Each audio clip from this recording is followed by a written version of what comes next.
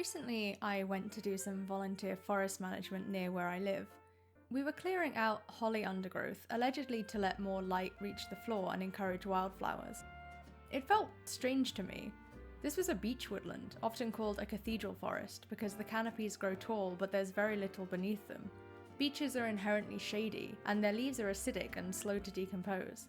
Holly is one of the few things that will grow under beech, and it provides both warm habitat and late berries for woodland creatures in the winter.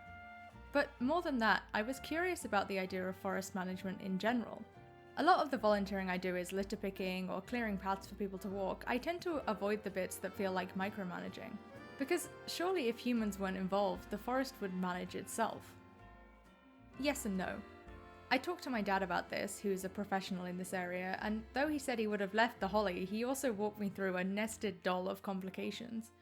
If humans weren't around, there would be deer and pigs that graze the holly, leaving more room for flowers and other herbaceous layer plants, so there is some argument for removing it depending on what aspect of the ecology you want to maximise. But without humans, there also wouldn't be a beech forest at all, beech only being native to southern England. As Jedediah Purdy writes in After Nature, A Politics for the Anthropocene, we live in a world where, quote, because we shape everything from the upper atmosphere to the deep seas, there is no more nature that stands apart from human beings. Although, when I tell my dad I've been reading the book and give him that summary, he reacts with immediate skepticism. Since humans are inherently part of nature, this is not a quote-unquote after. I think Purdy ultimately both approaches this idea and never fully expresses it. In Pokemon Legends ZA, the city of Lumois is it Lumois? In Pokemon Legends ZA, Jesus.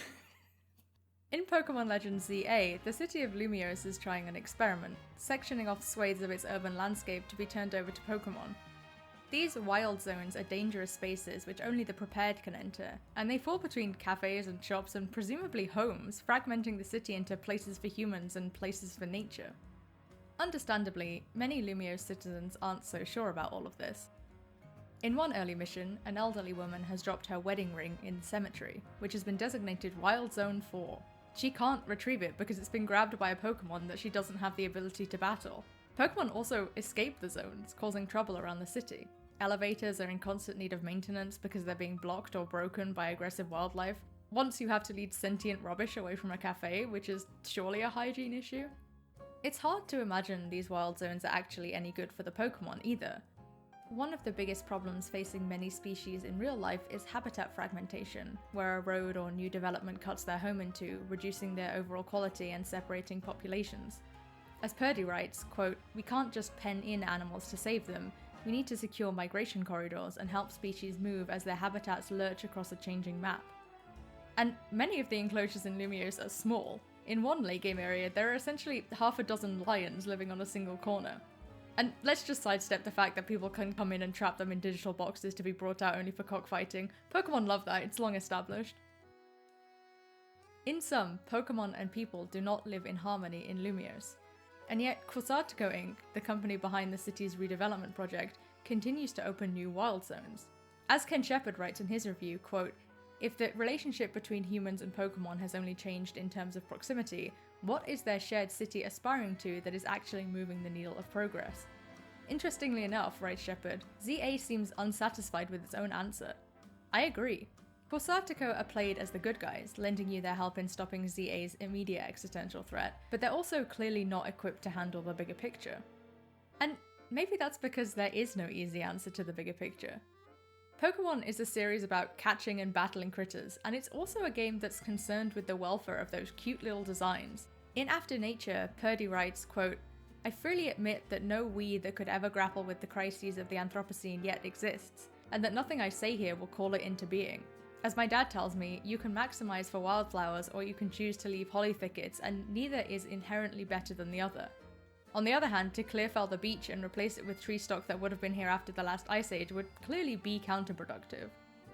In a world we can't help shaping, the question is what we will shape, writes Purdy. The wild zones of Legends ZA don't feel particularly inspiring even to the Pokemon Company themselves apparently. But perhaps they could borrow from something expressed by the franchise all the way back in 1997. The 31st anime episode, Dig Those Diglett, features Ash and the gang running into some workers trying to build a dam and being stymied by the ground Pokemon Diglett. The foreman asks the Pokemon trainers to fight the Diglett, and Ash and multiple other characters try, but their own Pokemon refuse to come out of their Pokeballs. The people eventually established that the dam would flood Diglett's home, and the Pokemon, having figured this out immediately, refused to fight in solidarity.